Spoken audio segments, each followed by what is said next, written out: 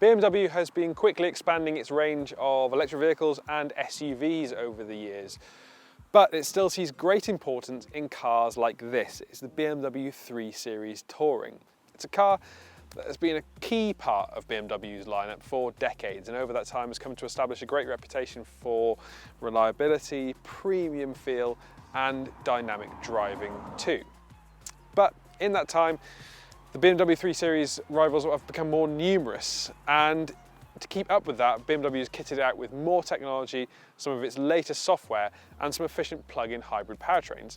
So if you think the 3 Series is just a safe bet and one you need to avoid, we're here to convince you otherwise. So let's dive in and find out just what this latest 3 Series has to offer.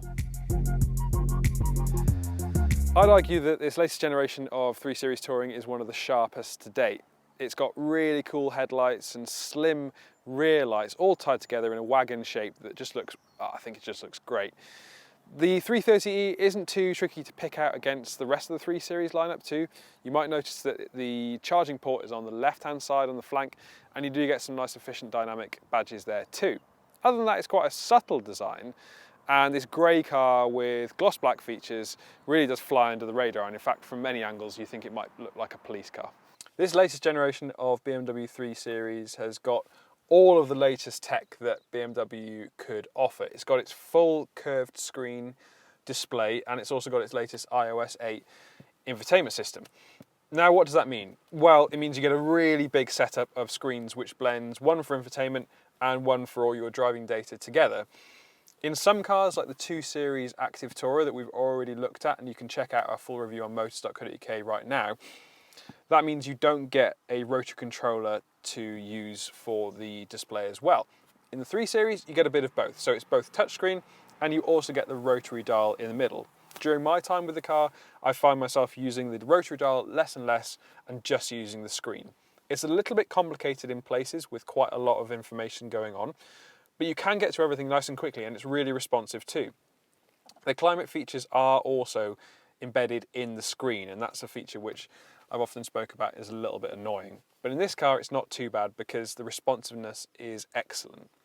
Elsewhere we've got some nice bright work which helps liven up the cabin, and these sports seats are nice and comfortable too, though I have found myself struggling a little bit with my lower back, but that's a very personal option. I just make sure that you have a little bit of time in the car before you pick it.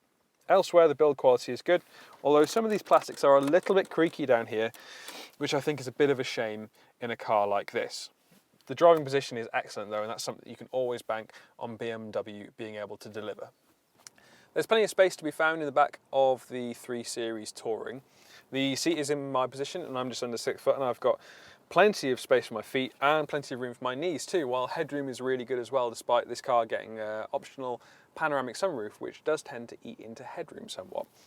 As we found with other cars in this segment, the middle person is going to have to squidge in a little bit because of a large transmission tunnel, but there's plenty of room in the footwells themselves, so I think actually it wouldn't be as much of a squeeze as you might think. We've also got 2 USB-C charging ports here, which is really good, so that 2 people can charge up their devices, and we've also got independent controls for the heating and ventilation as well. Some little netting at the front, although that's quite small and not all that useful, but you've got some really nice deep pockets at the side, which would be great for a water bottle. And then in the middle, 1 armrest, we've got 2 cup holders, and we've also got 2 ISOFIX points, 1 on each of the outermost seats.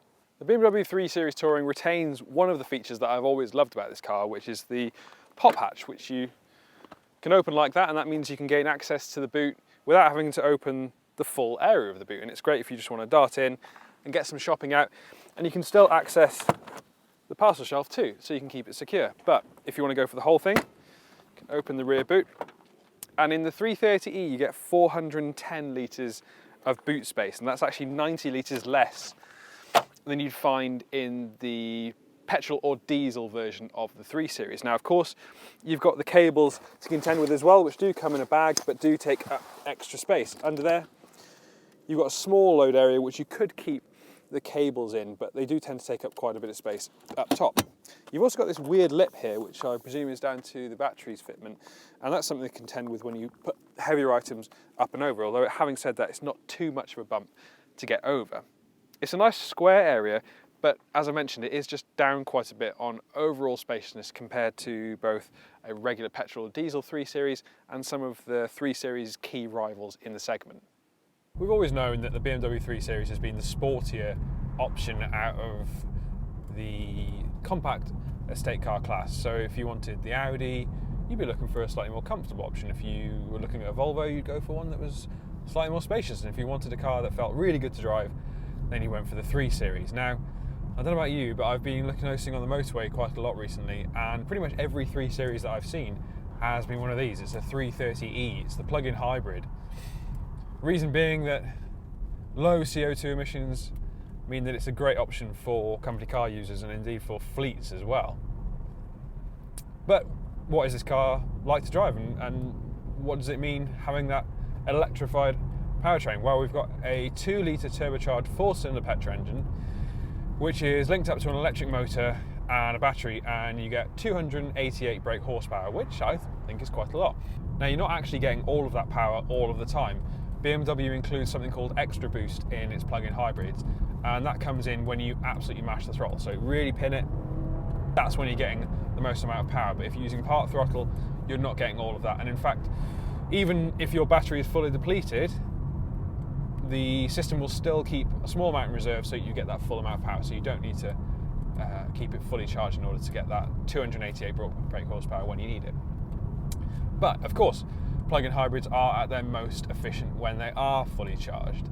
And this 330e should be able to return around 41 miles of electric-only range. I've been seeing around 35, 36 during my time with the car, and I think that's pretty impressive. And when you top it up, it means that you don't really have to trouble the engine for all of those shorter drives, nips to the shops, little commutes around. And that makes it very pleasant, and it's quite rewarding not seeing the petrol gauge go down at all when you're driving this car. But it's backed up by some really nice dynamics too. The steering has some very good weight to it. You can adjust that with some different settings, but I tend to just leave it in its natural state. And this car too has adjustable dampers, so you can change between a firm setting and a comfort setting. I'm always in the comfort setting because I just find the firmest one just too firm. I don't see why you'd want to do that in a pretty regular estate car. You want it to be nice and comfortable and relatively flowy. To drive, it feels very nicely tied down through the bends. It's nice and agile, and the front end feels reasonably sharp, and you don't feel like there's too much extra weight coming because of those batteries either. It's a bit disappointing when you press on and you can hear the 4-cylinder engine, because it would be nice to have a straight 6 going in here, and actually that's something that I really like in the X5 hybrid that BMW does, because it combines 3-litre straight 6 with the hybrid system. That means when you fall back on the petrol engine, you've still just got a very nice petrol engine to rely on. Now, you'll probably be wowed by some MPG figures well into the hundreds with the 330e, but I actually think that's a little bit of a cheeky area of the whole industry, because to get those figures you're going to have to run on electric power all of the time, and let's be honest, unless you are not doing any miles and you are constantly plugging it in, you're not really going to be able to do that.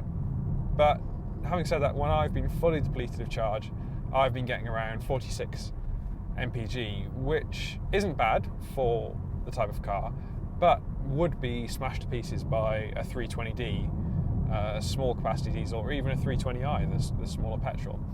So I think you really need to think about just what you're going to be using this car for and what kind of driving you do to make sure that you're getting the best possible efficiency. Because yeah, if you're doing those longer trips, I still don't think a 330e is the best option for you, really.